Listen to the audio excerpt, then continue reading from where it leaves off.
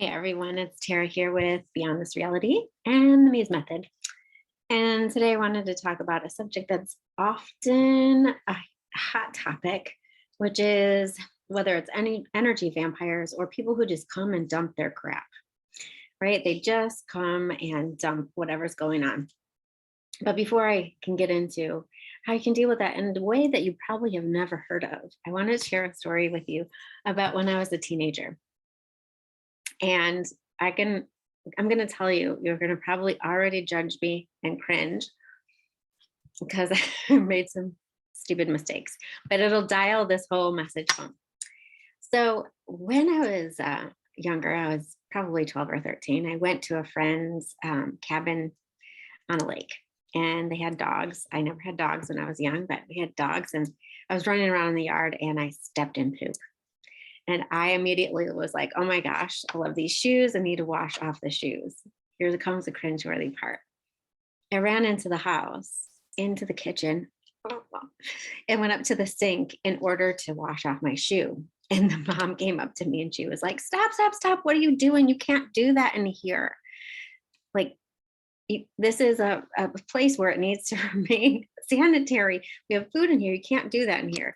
And so I looked at her doe-eyed, like wondering, like, well, where do I go? Like, I don't know this house. Like, this is where the sink is. I need to wash off my shoe, you know?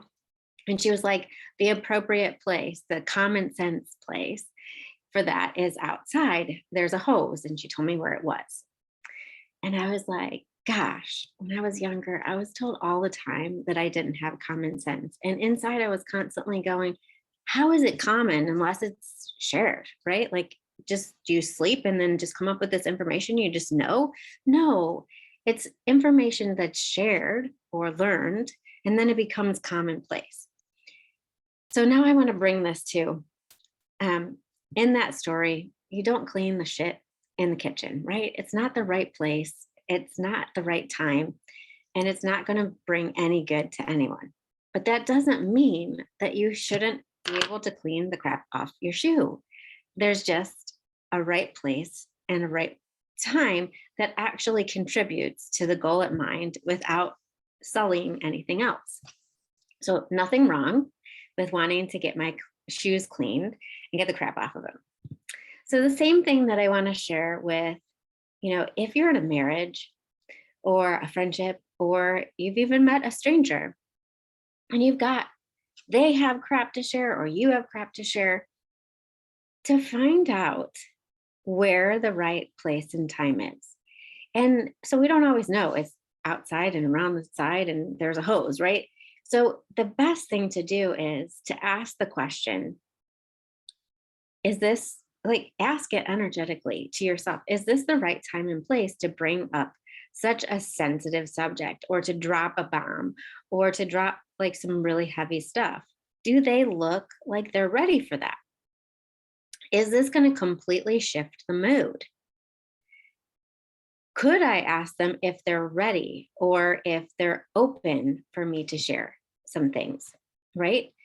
And so that question, like, hey, do you mind if I share this, is really important. Or would you have any time? I have some heavy stuff that I need to share, and I was wondering if I could have your ear or get your opinion or just have you weigh in on it, right?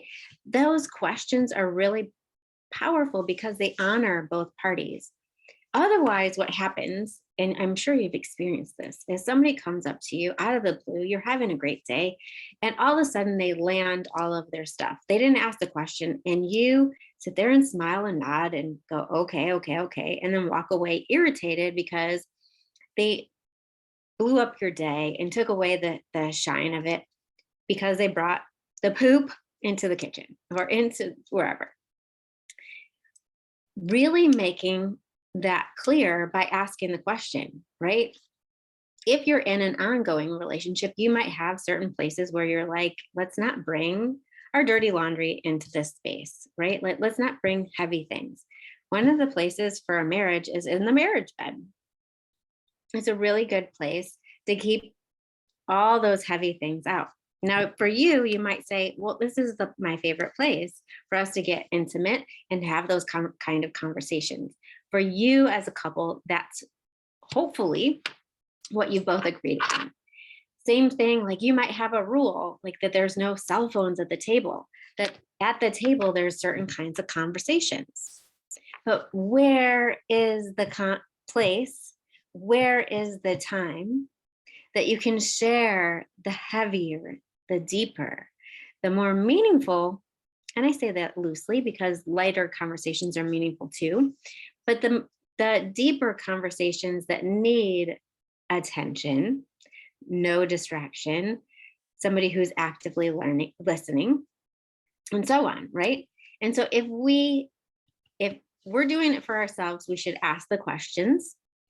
If you get surprise bombed, the best thing to do is to look at somebody in their eyes and say, oh my gosh, thank you so much for coming up. And I know that you're in the midst of like about to share some really intimate details in something really deep. I want to give you my full attention, and there's just no way that I can do that right now. And that would be a disservice to you and dishonoring as well. And so, can we table this until a more appropriate time where I can give you the attention needed? Text me, right? If it's somebody that you know well enough, like text me and let's schedule a time, or let's talk after this event, or whatever it is, right? It's okay to stop someone, because when we don't stop them, we may not want bad blood between us, but we actually put bad blood between us because we immediately feel resentful because they've taken our time. We maybe needed to be somewhere else, but also like we feel like our energy shifted. They didn't shift our energy. We shifted our energy because we're trying to be in two places at once, and we're not honoring our own needs, and we're manipulating ourselves to people please, but we're not pleasing anyone, right? We're staying there in order to be nice, but it's not nice because we're actually filling that space. They brought crap in, you're sending in resentment, right? With a smile on, right? Smile. And so it's really important for you, like use your body. Hey, can you stop? Sometimes you put a hand on them so that you can get their attention. Hey, can you hold on a second? I really want to listen to you, but this is not a time where I can give you the attention that's needed. Can we table this and have a conversation later? And then be okay with the fact that you may be stopped at times. Like this isn't the right time to go into that, or I don't have the amount of time that it would take to really listen to your story and then respond well. Can we give this more time? So honor them. Or you might say, like, I don't think I'm the right person. And that's okay too. If you're like, I don't even ever want to hear this, and so I don't want to lie to them and say I'm going to talk to them later, that's okay to say, hey, I don't think I'm the right person. I wouldn't honor you with the way that I can hear you. And so maybe I can think about who you could share this conversation with that might be better, but I have to run at the moment. So let me get back to you and I'll share who might be a better person for that. I hope this helps.